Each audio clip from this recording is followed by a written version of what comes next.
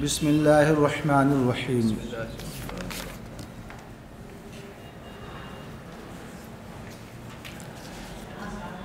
وَعْلَمْ أَنَّ قَوْلَهُ وَيُلْحَقُ يَحْتَمِلُ أَمْرَيْنِ. یہ اوپر آیا تھا نا وَيُلْحَقُ بِهِ الْبَحْثُ عَمَّا يَثْبُتُ بِهَذِهِ الْأَدِلَّةِ. تو ماتن کا قول وَيُلْحَقُ دو امر یعنی دو معنوں کا احتمال رکھتا ہے. احدهما ان يراد به ان يذكر مباحث الحكم بعد مباحث الادلہ. ایک تو یہ کہ یلحق به سے حکم کی بحثوں کا ذکر کرنا مراد لیا جائے. کس کی؟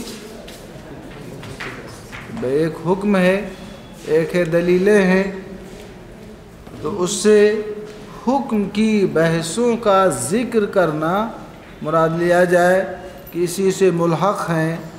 البحث عما یثبت بہ الادلہ، دلیلوں سے جو باتیں ثابت ہوتی ہیں ان کی بحث. یعنی دلیلوں سے کون سی چیزیں ثابت ہوتی ہیں؟ احکام ہی نہ ثابت ہوتے ہیں.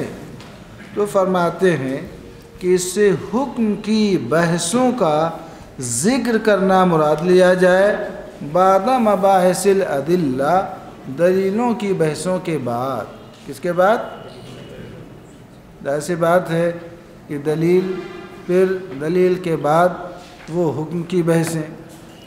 علی ان موضوع ھذا العلم الادلۃ والاحکام، یہ علاوہ ازیں کے معنی میں نہیں، وہ اس طور پر کہ اس علم کا موضوع وہ ادلہ اور احکام وہ دونوں کے دونوں ہیں. کیا ہیں اس علم کا موضوع؟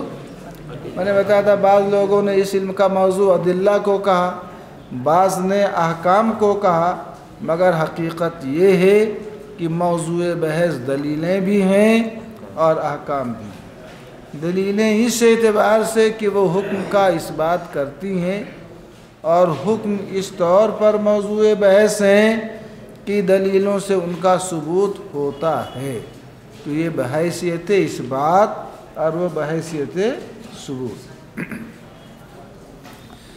والثانی ان موضوع هذا العلم الادلۃ فقط، بتایا تھا میں نے وہ اس طور پر کہ اس علم کا موضوع ادلہ اور احکام دونوں ہوں. دوسرا معنی یہ ہے کہ اس علم کا موضوع صرف ادلہ ہیں، ادلہ شرع. کون ہے؟ وَإِنَّمَا يُبْحَثُ عَنِ الْأَحْكَامِ عَلَىٰ أَنَّهُ مِنْ لَوَاحِقِ هَذَا الْعِلْمِ، اور احکام سے بحث صرف اس طور پر کر لی جاتی ہے یا اس وجہ سے کر لی جاتی ہے کہ احکام کی جو بحث ہے وہ اس علم اصول فقہ کے لواحق سے ہے. کس سے ہے؟ لواحق سے ہے. کیسے؟ فَإِنَّ أُصُولَ الْفِقْهِ هِيَ أَدِلَّةُ الْفِقْهِ. اصول اصل کی جمع ہے، تو فرماتے ہیں کیونکہ اصول فقہ وہ صرف کیا ہیں؟ ادلہ فقہ ہیں. کون ہیں؟ جب ادلہ فقہ ہیں تو موضوع بحث کون سے ہوں گے؟ ادلہ فقہ نہ ہوں گے. فرماتے ہیں کیونکہ اصول فقہ صرف وہ ادلہ فقہ ہی ہیں. کیا مطلب؟ یعنی صرف ادلہ جو ہیں وہ اصول فقہ ہیں، احکام نہیں ہے. آج سمجھ گئے؟ ثم اريد بها العلم بالادلہ. اب سوال یہ پیدا ہوتا ہے کہ جب اصول فقہ جو ہے صرف ادلہ فقہ ہی ہیں تو آپ اصول فقہ کی تعریف یہ کیوں کہتے ہیں العلم؟ بعض میں آگی بالادلۃ والاحکام، ادلہ اور احکام کے علم کا نام. تو فرماتے ہیں ثم اريد بها العلم بالادلہ، پھر اصول فقہ کے ذریعے العلم بالادلہ مراد لے لیا گیا. یعنی ادلہ فقہ کا علم یہ کیا کہلاتا ہے؟ اصول فقہ کہلاتا ہے. من حیث انہا مثبتۃ للحکم، اس اعتبار سے کہ یہ ادلہ کا جب علم ہوگا تو علم ہی کے سبب فقیہ مجتہد وہ اس بات حکم کرے گا۔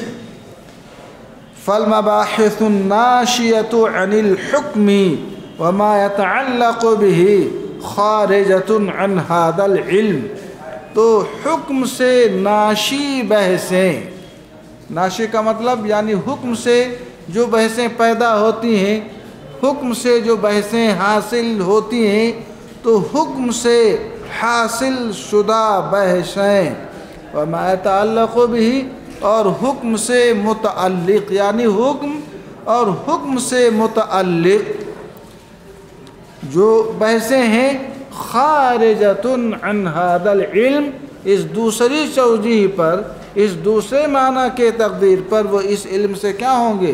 خارج، کیونکہ جب اس علم کا موضوع صرف وہ ادلہ فقہ ہے، علم بالادلہ ہے، احکام ہے نہیں، تو اس طور پر احکام کی جو بحث ہیں وہ کیا ہیں؟ وہ خارج ہیں، وہ موضوع بحث نہیں۔ فرماتے ہیں وہی مسائل قلیلہ تذکر علی انہا لواحق وتوابع لمسائل هذا العلم۔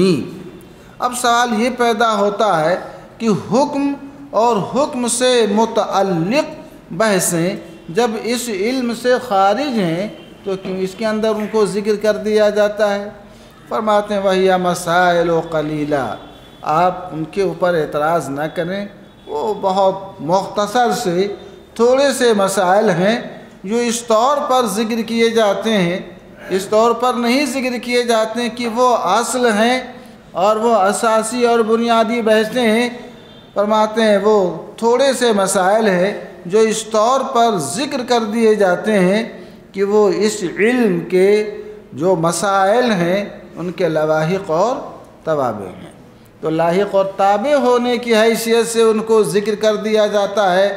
اصل مقصود تو پیر کامل ہوتا ہے، بات سمجھ رہے ہیں، مگر کبھی کبھی خادم کی بھی خدمت کرنی پڑتی ہے کہ نہیں کرنی پڑتی ہے؟ سمجھ میں آگے اصل تو مقصود خطیب اعظم ہے، مگر کبھی خطیب اعظم کا ڈرائیور بھی ہوتا ہے، تو آئیے آپ بھی چائے پی لیں، آپ بھی کھانا کھا لیں، سمجھ رہے نہیں سمجھ؟ تو وہ اسی طور پر ہے، وہ تابع ہونے کی حیثیت سے، متبوع ہونے کی حیثیت سے نہیں۔ کما ان موضوع المنطق التصورات والتصدیقات، جس طریقے سے علم منطق کا جو موضوع ہے وہ کون ہیں؟ تصورات معلومہ ہیں اور تصدیقات معلومہ ہیں، کہ ہم تصورات معلومہ کو کس طرح ترتیب دیں کہ ان سے معرفات اربعہ، حد تام، حد ناقص، رسم تام، رسم ناقص بن جائے اور اس سے مجہول تصوری معلوم ہو جائے۔ ہم تصدیقات معلومہ کو کیسے ترتیب دیں کہ وہ قیاس کی حجت کی 3 قسمیں، قیاس، استقراء، تمثیل جو ہیں، وہ بھی قیاس میں بھی آپ پڑھ چکے ہیں، اس کی 4 شکلیں ہیں، اول، دوم، سوم، 4 پڑھا کہ نہیں پڑھا ہے؟ کیسے وہ بن جائیں اور ان سے مجہول تصدیقی ہمیں معلوم ہو جائے؟ تو فرماتے ہیں جس طریقے سے منطق کا موضوع تصورات اور تصدیقات معلومہ ہیں، من حیث انہا موصلۃ الی تصور و تصدیق، اس اعتبار سے کہ وہ کسی تصور مجہول اور تصدیق مجہول کی طرف موصل ہوتے ہیں۔ فمعظم مسائل المنطق راجعۃ الی احوال الموصل، تو منطق کے جو عظیم مسائل ہیں، اہم مسائل ہیں، وہ موصل الی التصور اور موصل الی التصدیق کے احوال کی طرف کیا ہوتے ہیں؟ وہ راجع ہوتے ہیں۔ آپ نے اس میں پڑھا ہوگا کہ کلی ہی اصل مقصود ہے، جزیات کا تو کسی قسم کا کوئی دخل ہی نہیں۔ الجزئی لا یکون کاسبا ولا مکتسبا، پڑھا کہ نہیں پڑھا ہے؟ جزئی نہ تو کاسب ہے اور نہ ہی وہ مکتسب ہے، جزیات کا روزمرہ اضافہ ہوتا رہتا ہے، الجزیات تتزاید یوما فیوما، الجزیات لا تتناہا، کہ ان کی کوئی حد ہی نہیں، ہم ان سے کیا بحث کریں گے؟ مگر اس میں جہاں کلی کی تعریف کی جاتی ہے جزئی کی بھی تعریف کی جاتی ہے۔ سمجھ رہے نہیں سمجھ رہے ہیں؟ اسی طریقے سے آپ اس میں دیکھیں گے نوع، جنس، فصل، خاصہ، عرض عام ہے۔ حقیقت کے اعتبار سے جنس اور فصل یا جنس اور خاصہ ہی جو ہیں وہ تصور مجہول تک موصل ہوتے ہیں۔ خالص جو اعراض ہیں آپ نے پڑھا ہوگا کہ یہ کسی طریقے سے ایصال کا کام نہیں کرتے ہیں، اور اگر کرتے بھی ہیں تو چند اعراض کا مجموعہ وہ جب کسی حقیقت واحدہ کے ساتھ خاص ہو جائے تو وہ اعراض کہاں رہ گیا؟ وہ خاصہ نہ بن گئے؟ کیا بن گئے وہ؟ یہ نہ پایا کہ مجموعہ خاص ہو جائے کسی ایک حقیقت کے ساتھ، کہ کیا ہے، بادن، بشرہ، مستقیم القامہ، وحاک بالطبع، یہ سب ملا کر کے ایک حقیقت انسان کے ساتھ خاص ہو جاتا ہے، وہ بھی خاصہ میں نہ چلا جائے گا۔ وہ ایک ایک عرض کو دیکھیں تو تنہا وہ ایصال کا کام نہیں کر رہا ہے۔ تو فرماتے ہیں تو منطق کے جو اہم مسائل ہیں وہ راجع ہیں موصل کے احوال کی طرف۔ احوال موصل میں نے ابھی عرض کیا، مثلا یہ ہے کہ معرف کی چاروں قسموں میں سے ایک قسم حد تام کو لے لیں، آپ کو اس کے لیے جنس کو جاننا ضروری ہے، فصل کو جاننا ضروری ہے، خاصہ کو جاننا ضروری ہے، کہ انہی سے وہ موصل الی تصور، معرفات، حدود یا رسم وغیرہ مرکب ہوتے ہیں۔ سمجھ گئے؟ اسی طریقے سے آپ قضیہ جانیں، عکس قضیہ جانیں، نقیض قضیہ جانیں، کہ انہی سے حجت کی کیا ہوتی ہے؟ وہ تالیف ہوتی ہے۔ سمجھ رہے ہیں؟ تو اسی کو فرماتے ہیں منطق کے عظیم مسائل موصل الی التصور یا موصل الی التصدیق کے احوال کی طرف راجع ہیں۔ وَإِنْ كَانَ يُبْحَثُ فِي عَلَى سَبِيلِ النُّدْرَةِ عَنْ أَحْوَالِ التَّصَوُّرِ الْمُوصِلِ إِلَيْهِ، اگرچہ اس کے اندر ندرت کا مطلب کبھی کبھی، علی سبیل الندرت کا کیا مطلب ہو گیا؟ اگرچہ اس میں کبھی کبھی بحث کر لی جاتی ہے اس تصور کے بھی احوال سے، جو تصور جو ہوتا ہے یہ موصل ہوا کرتا ہے۔ بات سمجھ میں آگی؟ مثال کے طور پر ماہیات کی بھی بحث کر لی جاتی ہے کہ یہ ماہیات حد کے قابل ہیں یا حد کے قابل نہیں ہیں، ان کی تحدید اور ان کی تعریف کی جا سکتی ہے یا ان کی تحدید اور تعریف نہیں کی جا سکتی ہے، یہ بھی، مگر یہ اس کی اصل بحث نہیں ہے۔ فَهَذَا الْبَحْثُ يُذْكَرُ عَلَى طَرِيقِ التَّبْعِيَّةِ لَا عَلَى سَبِيلِ الْأَصَالَةِ، تو اس بحث کو طبعی طور پر ذکر کیا جاتا ہے منطق کے اندر۔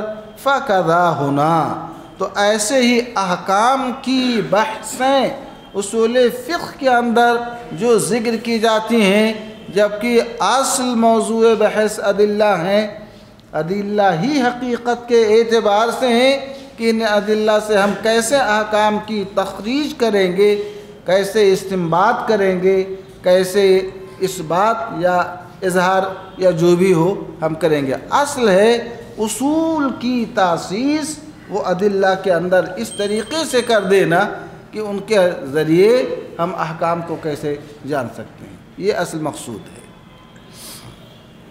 وفی بعض کتب الاصول لم يعد مباحث الحکم من مباحث هذا العلم، اصول فقہ کی بعض کتابوں میں حکم کی بحثیں اس علم اصول فقہ کی بحثوں سے شمار نہ کی گئیں، لیکن الصحیح والاحتمال الاول، میں نے پہلے ہی عرض کیا تھا کہ صحیح وہ احتمال اول ہی ہے۔ کیا ہے احتمال؟ کیا مطلب؟ یعنی علم اصول فقہ کا موضوع ادلہ اور احکام دونوں ہیں۔ یہ شارح نے اپنا رجحان ظاہر کر دیا، آپ پڑھ لیں گے۔ اس میں کچھ جن لوگوں نے خالص ادلہ کو کہا ہے ان کا اصل مقصود یہ ہے کہ زیادہ گھال میل نہ کیا جائے موضوع کے اندر، بلکہ موضوع کسی ایک شے کو رکھا جائے، کیونکہ موضوع کے بارے میں آپ نے پڑھا ہوگا لِأَنَّ تَمَایُزَ الْعُلُومِ بِحَسْبِ تَمَایُزِ الْمَوْضُوعَاتِ، ایک علم دوسرے علم سے جو ممتاز ہے وہ اس اعتبار سے کہ ہر علم کا موضوع الگ الگ ہے۔ علم فقہ کا موضوع الگ ہے، علم طب کا موضوع الگ ہے، علم منطق کا موضوع الگ ہے، سمجھ رہے ہیں؟ تو جو شے ممتاز کرنے والی ہوتی ہے، جو ممیز ہوتی ہے، اس میں بہت ساری چیزوں کو شریک نہ رکھا جائے، بلکہ کسی ایک شے کو رکھا جائے تاکہ وہ دیگر اشیاء سے پورے طور پر کیا رہے؟ ممتاز رہے۔ تو انہوں نے کمال تمییز کے لیے ادلہ ہی کو رکھا، احکام کو نہ رکھا، سمجھ رہے ہیں؟ ان کا مین مقصد یہ ہے، ورنہ کوئی ان کی دشمنی نہیں ہے کہ اسی کو رکھیں اس کو نہ رکھیں۔ وَقَوْلُهُ وَهُوَ الْحُكْمُ، ماتن کا قول وَهُوَ الْحُكْمُ، یہ کہا تھا نا یہاں پر وَيُلْحَقُ بِهِ الْبَحْثُ عَمَّا يَثْبُتُ بِهَذِهِ الْأَدِلَّةِ، دلیلوں سے جو چیزیں ثابت ہوتی ہیں وہ کیا ہیں؟ حکم ہیں۔ ماتن کا قول وَهُوَ الْحُكْمُ فَإِنْ أُرِيدَ بِالْحُكْمِ الْخِطَابُ الْمُتَعَلِّقُ بِأَفْعَالِ الْمُكَلَّفِينَ وَهُوَ قَدِيمٌ فَالْمُرَادُ بِثُبُوتِهِ بِالْأَدِلَّةِ الْأَرْبَعَةِ ثُبُوتُ عِلْمِنَا بِهِ بِتِلْكَ الْأَدِلَّةِ، فرماتے ہیں اگر حکم سے اللہ کا وہ خطاب مراد ہے جو مکلف کے افعال سے متعلق ہے، چاہے وہ آمینو ہو، چاہے اقیمو ہو، چاہے آتو ہو، چاہے کتب علیکم الصیام ہو، یا للہ علی الناس حج البیت ہو، یا اذن فی الناس بالحج وغیرہ، سمجھ رہے ہیں؟ فرماتے ہیں اگر حکم سے اللہ کا وہ خطاب مراد ہو جو افعال مکلف سے متعلق ہے، وَهُوَ قَدِيمٌ، اور یہ خطاب کیا ہے؟ قدیم ہے، ازلی ہے، سمجھ رہے ہیں؟ ازل ہی اللہ کا جو کلام ہے، جو اس کی صفت ہے، جو کلام نفسی ہے، وہ ازلی ہے، قدیم ہے، سمجھ رہے ہیں؟ فرماتے ہیں فَالْمُرَادُ بِثُبُوتِهِ بِالْأَدِلَّةِ الْأَرْبَعَةِ، جب وہ ازل ہی سے ثابت ہے، کس سے ثابت ہے؟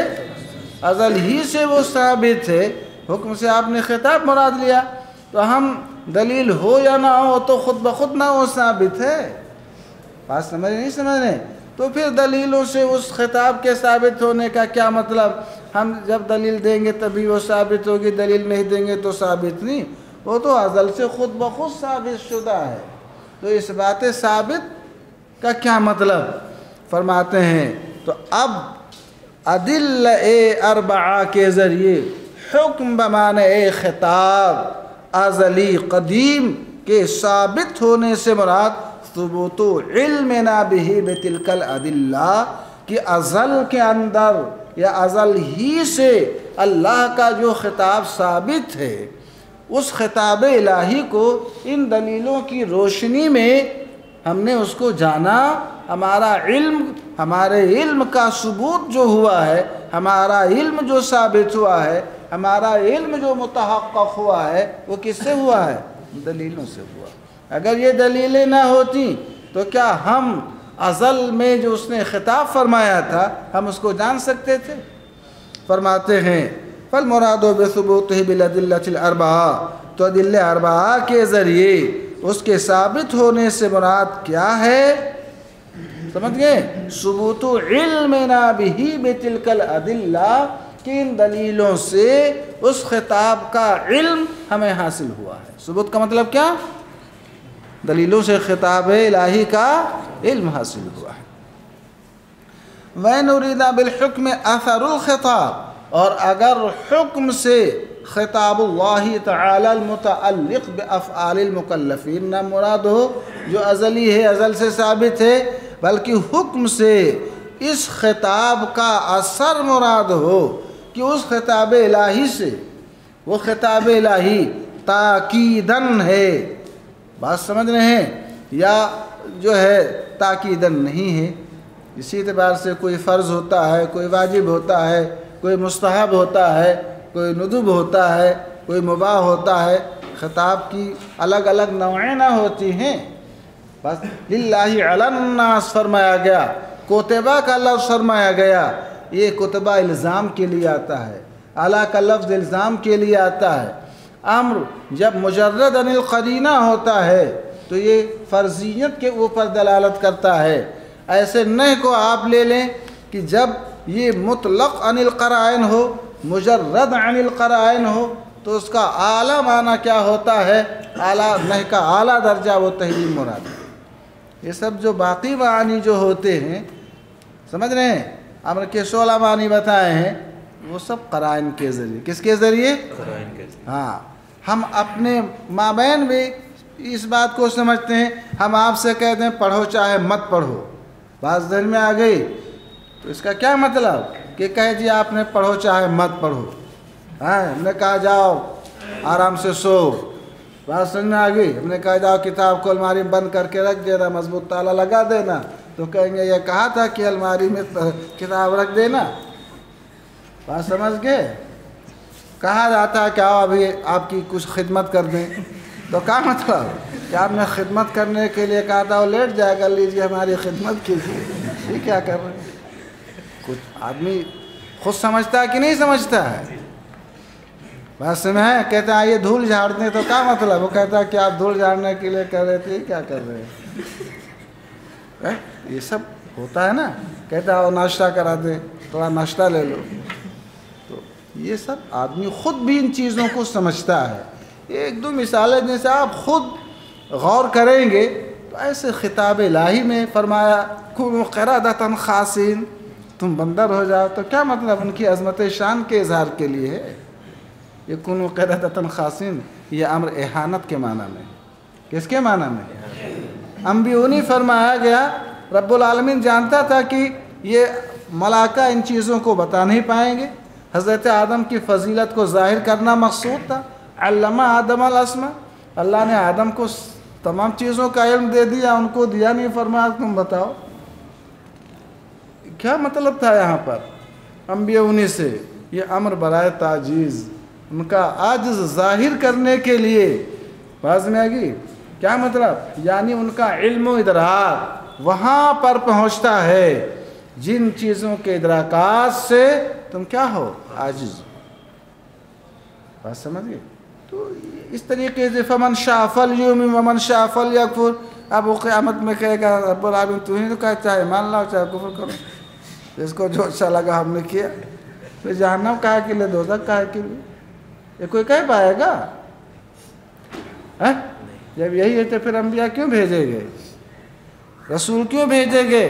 ان کے نائبین کیوں جو ہے نیابت کا فریضہ انجام دے رہے ہیں؟ بات سمجھ رہے نہیں سمجھ رہے؟ یہ سب ہے۔ کبھی کہتا ہے باپ بیٹے جا اس میں آگ لگا دو، تو لے کے جائے گا ماچس لے کے اس میں آگ لگائے گا؟ یہ سب میں عرض کر رہا تھا کہ حکم سے خطاب کے الگ الگ درجے ہیں، اسی سے احکام بھی الگ الگ درجے کے ہیں۔ حکم سے اگر خطاب کا اثر مراد ہے، مثلا وجوب، حرمت وغیرہ، فثبوتہ ببعض الادلۃ الاربعہ صحیح وبالبعض لا، تو بعض ادلہ اربعہ میں سے بعض، جیسے کتاب اللہ ہے، سنت ہے، ان کے ذریعے اس کا ثبوت، بعض ادلہ کے ذریعے اس حکم کا ثبوت تو صحیح ہے اور بعض کے ذریعے ثبوت صحیح نہیں ہے۔